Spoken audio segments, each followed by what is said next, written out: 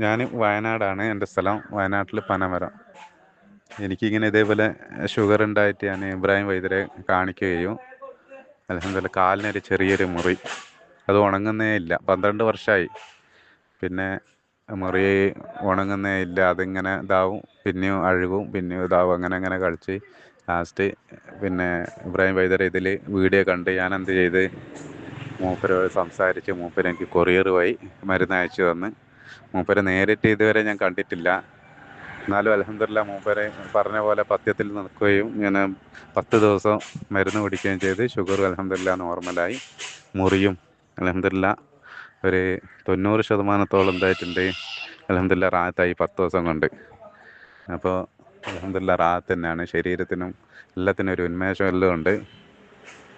ഇപ്പോൾ ഭയങ്കര റാഹത്താണ് അൽഹംദുലില്ലാ.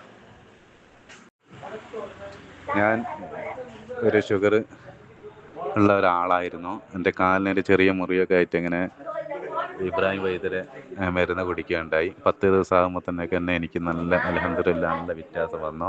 ഷുഗറൊക്കെ ഇപ്പോൾ നോർമലാണ്. പിന്നെ ശോധനയും കാര്യങ്ങളും ശരീരത്തിനൊക്കെ ഒരു നല്ലൊരു ഉന്മേഷം, എല്ലാ കാര്യങ്ങളും റാഹത്താണ് അൽഹംദുലില്ലാ.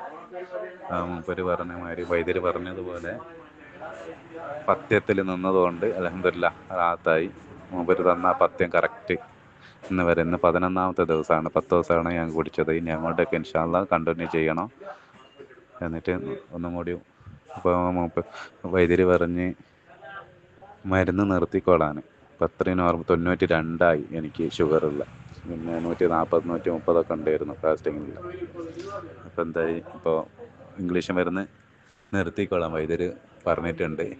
ഇൻഷാ അള്ളാ ഇനി ഇത് കണ്ടിന്യൂ ചെയ്താൽ നിങ്ങൾക്ക് പൂർണ്ണമായിട്ട് എന്താക്കാം, എല്ലാം മരുന്ന് നിർത്താമെന്ന് പറഞ്ഞു. ഇൻഷാ അള്ളാ അൽഹംദുലില്ലാ. അപ്പം മനസ്സിനും ശരീരത്തിനൊക്കെ റാഹത്തുണ്ട്. അൽഹംദുലില്ലാ.